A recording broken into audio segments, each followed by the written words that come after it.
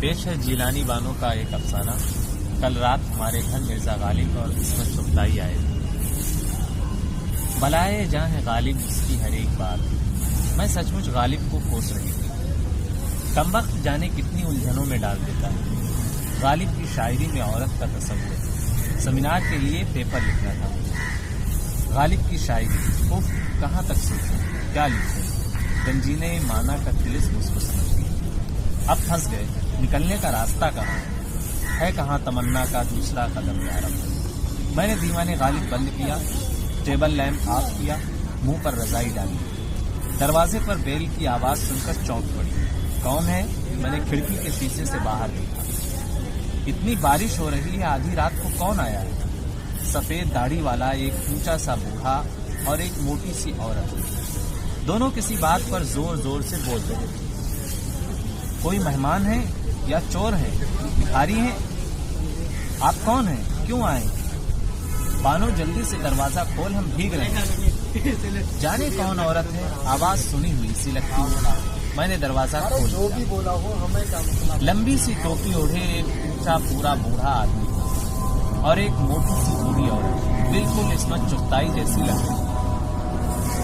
بانو، اس نے مجھے دونوں ہاتھوں میں سمیٹ لیا اور پھر غصے میں بولی، تیرے ہاتھ ٹوٹ گئے ہیں کیا؟ اتنی دیر لگاتی ہے دروازہ کھولنے میں؟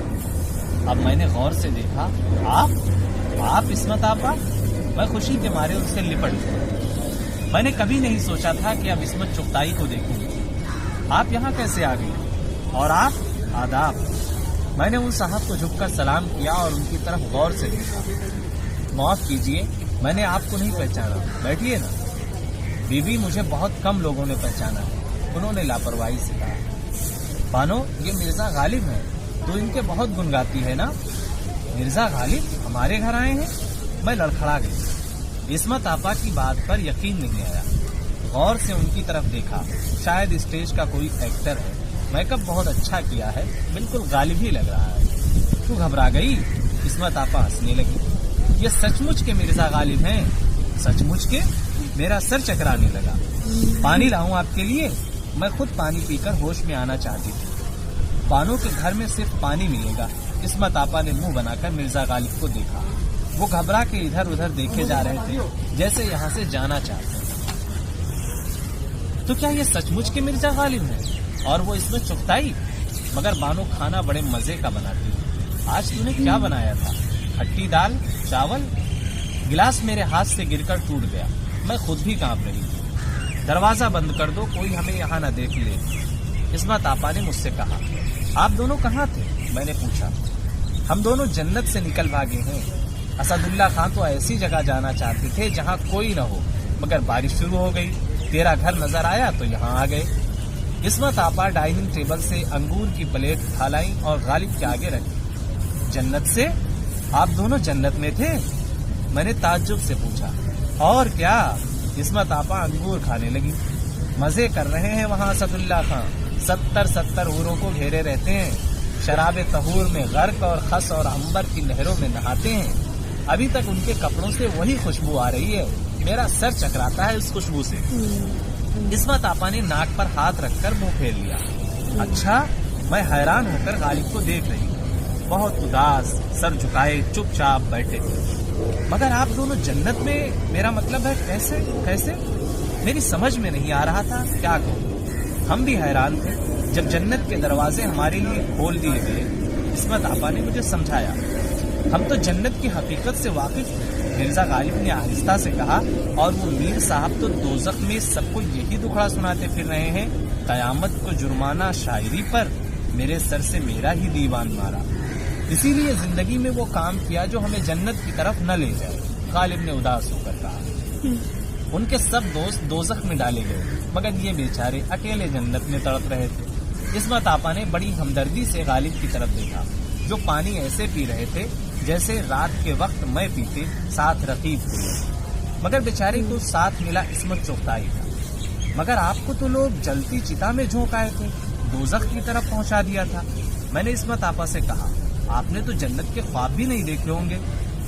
تو خواب کی بات کر رہی ہے بانو؟ میں بھی جنت میں ہوں۔ کیا آپ جنت میں ہیں؟ میں نے تعجب سے پوچھا۔ ہاں وہیں سے تو اسد اللہ خان کو ساتھ لے کر آ رہی ہوں، عصمت آپا نے ہنس کر کہا۔ اچھا تو آج پھر ہوا کے بعد ایک مرد کو، میرا مطلب ہے مرزا غالب کو، عصمت چغتائی جنت سے نکال کر زمین پر لے آئی؟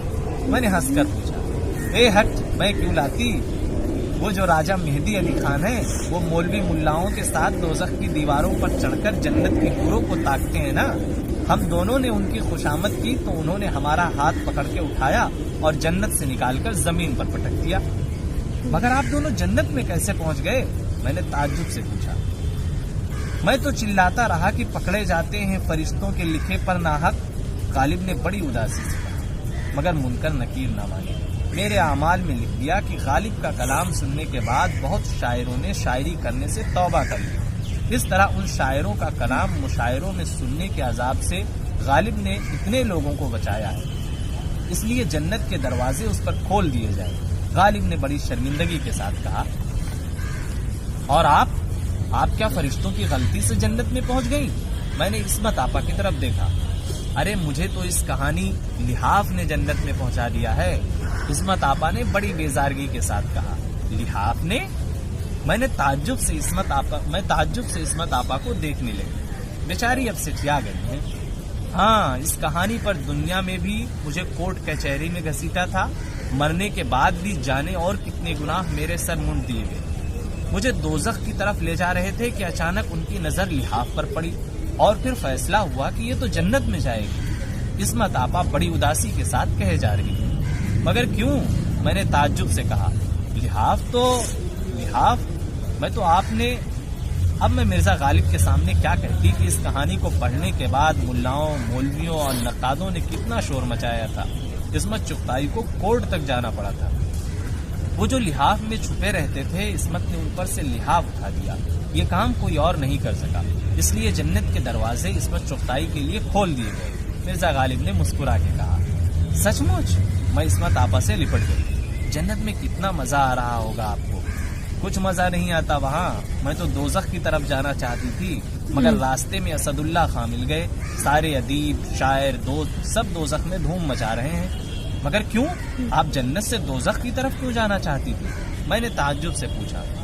وہاں ہر طرف مولوی 70 حوروں کو گھیرے موج منا رہے ہیں، شراب طہور میں مست۔ عورتوں کے لیے 70 غلام ہیں نہ شراب طہور۔